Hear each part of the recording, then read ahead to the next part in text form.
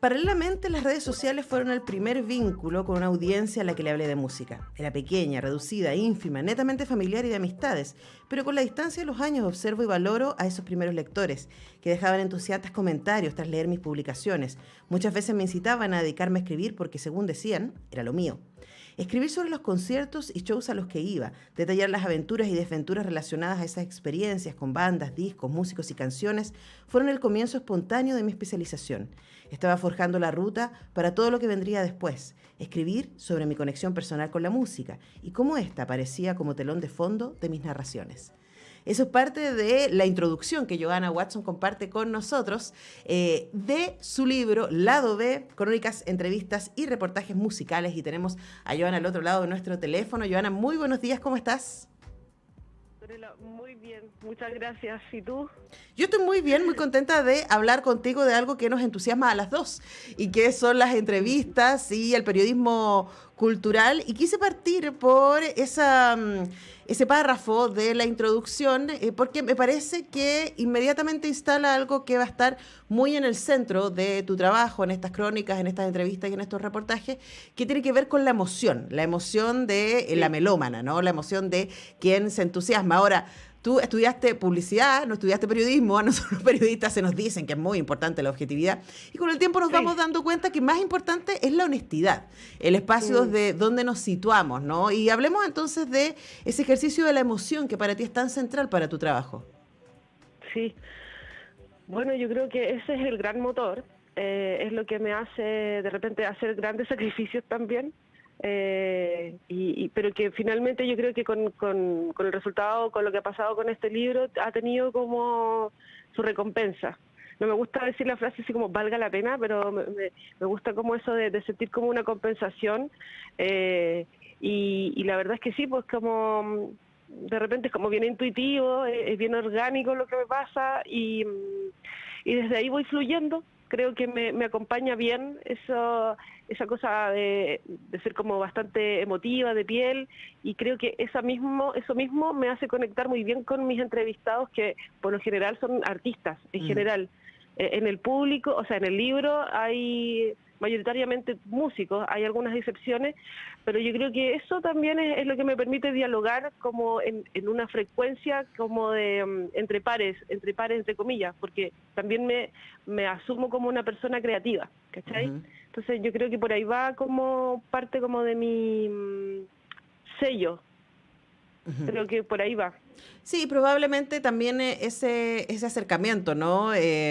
Justo este fin de semana estuve pensando eso porque alguien me preguntó, ¿no? Me pidió que le hablara de cosas que no me habían gustado en Instagram.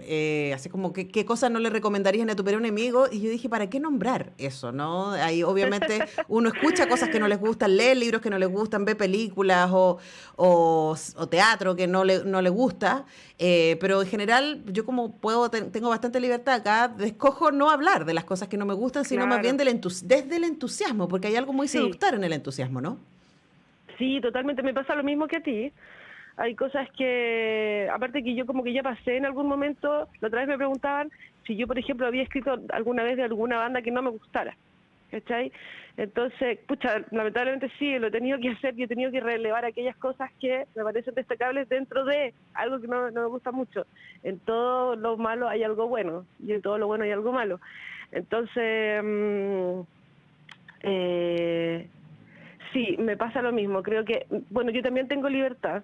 Entonces, casi el 100% de los artistas con los que converso, en general en mis entrevistas, las entrevistas que hago son gente que he querido entrevistarlos yo. Ujú. Yo los he buscado, yo los he gestionado. Entonces, también un poco como que eso mismo va marcando como mi línea editorial. Obviamente no te vas a encontrar con una Patti Maldonado, ¿cachai? No te vas a encontrar con esos personajes así, pero sí me interesan mucho como los artistas y los músicos que tienen como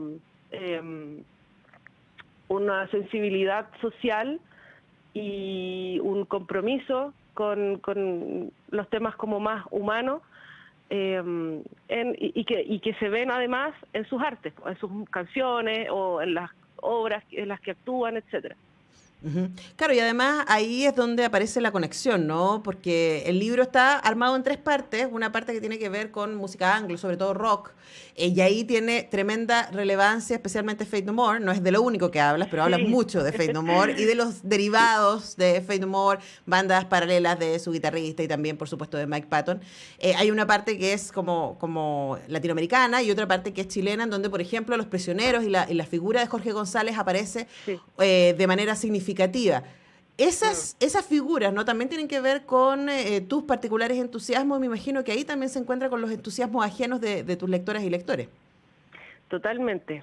Es así, de hecho, si te fijáis, las tres partes, digamos, que en realidad son cuatro, pero la cuarta es bien chiquitita, pero todas las partes están tituladas con el nombre de una banda o de un artista que un poco como que tiene un poquito más de predilección dentro del capítulo. Entonces, por ejemplo, la parte anglo parte con Zombie Eaters, que es mi canción favorita de Faith No More. Luego en Argentina Siempre Soy, con una canción de Cerati. Después en Chile Corazones Rojos por Jorge. Y claro, yo sé que hay como algunas rostros o algunos músicos que tienen más presencia en el libro, y tiene que ver con eso.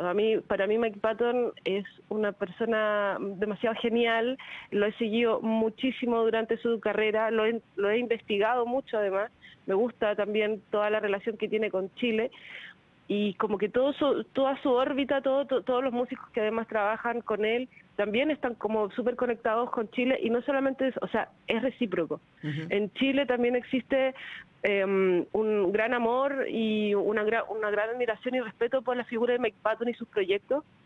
Por lo mismo llena cada vez que viene y se repite la fecha.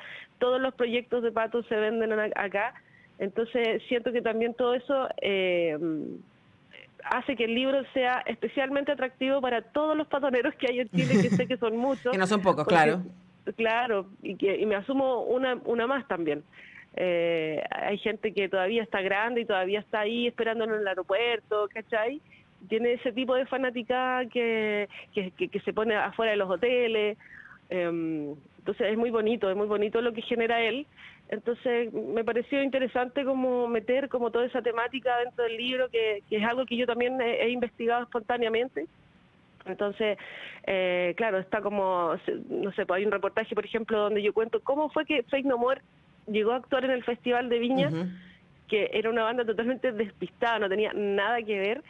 Que es Y una gran porque, pregunta que no hemos hecho mucho tiempo. Es como, ¿cómo llegó a pasar eso? Y aquí Giovanna Watson nos sí, adelanta, porque entiendo que es una investigación más larga, pero aquí nos adelantas, hablaste sí, con el director musical del festival, con el productor general del festival, con gente que... Iván Valenzuela está metido ahí también sí, en esa gestión. Y claro, nos ayuda a poner un poco otras bambalinas y me ayuda también eso, Joana, como para un poco graficar el sentido del libro, porque cuando yo lo recibí puse en mi Instagram que una de las cosas hermosas y terribles del periodismo tiene que ver con su momentaneidad, ¿no? Con su estar en el presente y que a veces, especialmente cuando hablamos de cosas que acaban de pasar o como estamos anunciando como un concierto, un disco, etcétera, eso puede perderse en el éter para nosotros quienes trabajamos en radio y a veces sí. también en el momento, ¿no? ¿Cuál sientes tú que es la relevancia, por ejemplo, hoy día, de contar la historia de cómo Faith No More llegó al Festival de Viña o cómo se llegó a hacer la canción Corazones Rojos y ese disco de Los Prisioneros?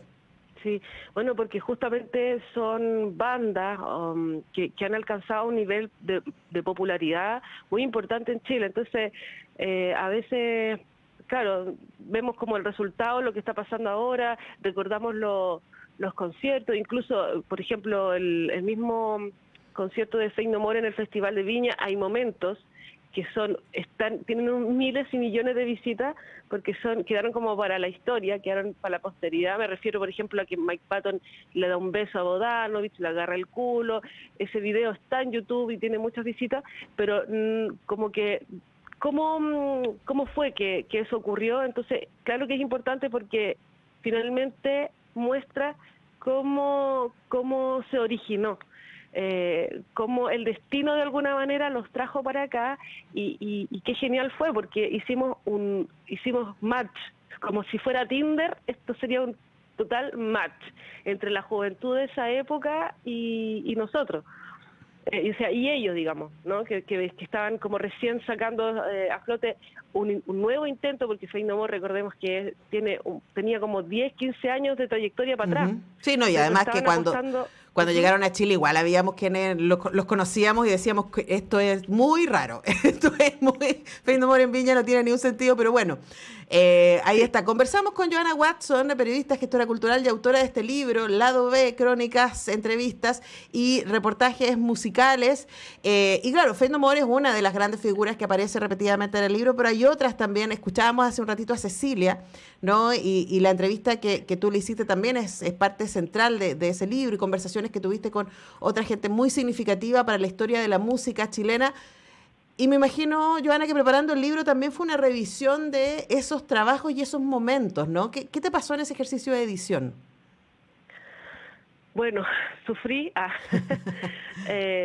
Sí, mira, primeramente iba a ser un libro de entrevistas culturales, porque si bien yo tengo como un foco muy grande la música, tampoco como que también tengo como el rebalse natural que tiene que ver como con las entrevistas de gente que está haciendo cultura. Entonces tenía actrices, actores, documentalistas, muralistas, etcétera.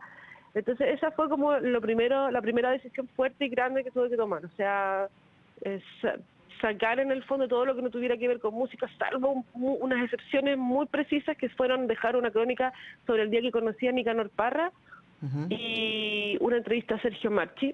Que también es musical, Sergio Marchi. Claro, Sergio Marchi es un periodista de música ultra destacado que además tuvo la gentileza de hacerme el prólogo, lo que me pone muy, muy, muy contenta y me siento muy honrada, porque él es una eminencia y eso fue como el gran proceso. Y aparte que, bueno, primero partí como aquí tengo bastantes cosas, como decías tú hace un ratito, hay entrevistas que duran tan poquito publicadas, yo no sé, ultra fuerza, son tantas horas las que hay detrás de un texto, de una entrevista, y de repente se publica, pasa el día, hasta uno mismo como que ya la publicó en su Instagram, no sé qué, replicó las redes, y el otro día ya estamos pensando en otra cosa, y te demoraste de repente 5, 6, una semana, 10 días en hacer el trabajo. Entonces hay algunas entrevistas o textos que son como atemporales. Entonces yo creo que esa fue también cuando empecé a revisar todo el material que tenía, y además que me pasó también que yo seguía produciendo, entonces me pasó que hacía algo que consideraba que era más interesante o más relevante o mejor para el libro, entonces entraba una y salía el otro, ¿cachai? Porque en el proceso también fui trabajando, entonces también fui integrando como material más fresco. Y creo que esas fueron como las grandes movidas, ¿no? Centrarlo en la música y sacar algunas cosas para ir poniendo material más actualizado. Y además, bueno, lo otro que hice fue como releer absolutamente todo y reeditar, aunque por ejemplo hay algunos textos bastante antiguos que quise dejarles como el alma, ¿no? No quise como pulirlos tanto, porque finalmente se iba a perder como la esencia, y a mí me gusta un poco que se vaya notando en el libro como tú creces. como yo voy creciendo. Claro. Exactamente, y tus entusiasmos y tus gustos, algunas cosas permanecen y otras se van afinando, ¿no? El lado B de Joanna Watson, crónicas, entrevistas y reportajes musicales, publicado por 8 libros, además es un libro muy bonito, la portada es preciosa, así que felicitaciones ahí a la gente que estuvo a cargo de la gráfica del libro, así que le mandamos las felicitaciones. Gracias a ti también, Joanna, por este tiempo con Radio Universidad de Chile, por hacerme llegar el libro también y por esta conversación. Que tengas un estupendo día lunes. Muchas gracias, igualmente para ustedes, gracias por la invitación y nada, pues, un abrazo, que tengan buena semana también. Tú también, cuídate. Nosotros vamos a la pausa y ya regresamos con más Semáforo.